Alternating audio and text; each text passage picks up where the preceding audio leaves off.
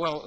that was precisely one of the questions that was raised a few minutes ago in the round table here at the conference, and I think it's clear now that from the point of view of governments are much more on the demand side, and in fact they would like to achieve the results of certain policies, social inclusion, education for all, giving responses to the energy crisis, etc. And in fact, they are not trying to give the solutions, but to create the conditions for these solutions to be brought by the civil society and by companies and by researchers. And I think that's a new trend in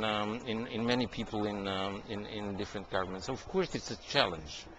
and that challenge was there from the very start. To maintain ICANN as a body that guarantees the functioning of the internet and not transforming it in an intergovernmental body, maintaining the neutrality of the internet against the temptation by a certain number of companies to address the internet as a private, their private playing field, etc. All that has been with us for quite a long time, and although it takes new forms, I think we have been used to protecting and defending the internet as it is today. But I think there is something more fundamental. From the very start, I think from the day when these two very young students from Chicago invented the modem and then developed it for free and started a new generation, I think the internet has been on the libertarian side of the organizations, of academic, on research organizations, on private non-profit organizations, and the innovation that is absolutely needed, that is built in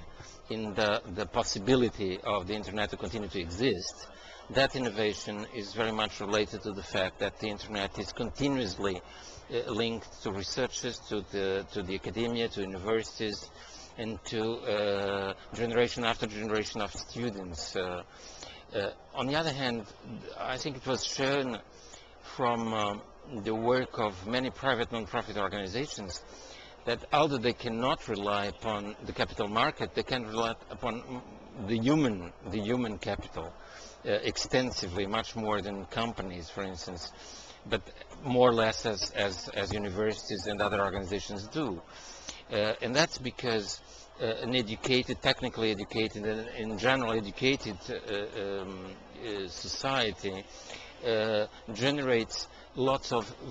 volunteers that work for these private organizations and in fact help providing the solutions to problems and new ideas of new products, of new ways of solving the problems that have occurred. And I think that shapes the future of the internet. I think this trend, the fact that the civil society and creativity has shaped the past of the internet, is not something of the past. It's built in the idea of internet, and you cannot continue to have internet, and the internet will not have a future if it does not continue to address these questions and to include